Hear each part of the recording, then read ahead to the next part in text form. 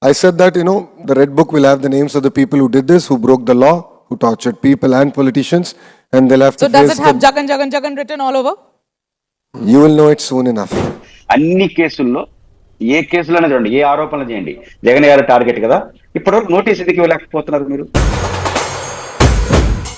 Arrest సంగతి దేవుడు ఎరుగు. నోటీస్ ఇవ్వలేకపోతున్నారు తగిన ఆధారాలు లేవనే కదా, తగిన సబ్జెక్ట్ లేదనే కదా. కానీ జగన్మోహన్ రెడ్డి గారు ఒకనొక సందర్భంలో మీడియా మీట్లు ఏమన్నారు, నేను ఇక్కడే ఉన్నాను కదా, విచారించమని అరెస్ట్ చేయమని అని చెప్పాడు. నేను పారిపోలేదు, ఇక్కడే ఉన్నాడు, తాడేపల్లి మీ ఆఫీస్ దగ్గరలో ఉన్నాడు కదా.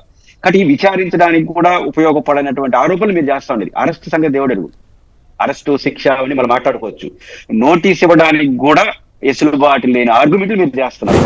మీరు ఉదాహరణకు మెడికల్ కాలేజీలు PPA పద్ధతిలో టెండర్లు అడిగారు. ఒక్క టెండర్ 10 మెడికల్ కాలేజీలకి వేస్తే ఒక్క టెండర్ ఎందుకు రాలేదు? జగన్మోహన్ రెడ్డి గారు దీని పాలసీని నేను రివ్యూ చేస్తాను, తప్పు చేస్తుంటే ఆనాటి ప్రభుత్వంతో పాటు తప్పుడు పద్ధతిలో పాల్గొని ఉంటే ఆ టెండర్లో పాల్గొన్న వాళ్ళపైన చర్య తీసుకుంటానని చేసిన ఒక ప్రకటన. మొత్తం ఒక 5 టెండర్లు మీ పైపించి 2 ఏళ్ల పాటు మెడికల్ కాలేజీల్లో ప్రభుత్వమే అడ్మినిస్ట్రేషన్ ఖర్చులు భరిస్తుందని సడలింపు జీవో కూడా ఇచ్చినట్టున్నారు. అయినా ఒక రాలేదు. పైపించి మీకు అనేక విద్యా సంస్థలు ఉన్నాయి. అంటే ప్రతిపక్షంలో ఉన్న జగన్మోహన్ రెడ్డి గారు ఇచ్చిన పిలుపు, హెచ్చరిక పనిచేస్తా ఉంది. మీరు ఇచ్చే అధికారంలో ఉన్న రెడ్ బుక్ కాన్సెప్ట్ పనిచేయట్లేదంటే ఎక్కడ బలహీనత ఉందో ఒకసారి ప్రభుత్వం పునరాలోచన చేసుకోవాలి కదా.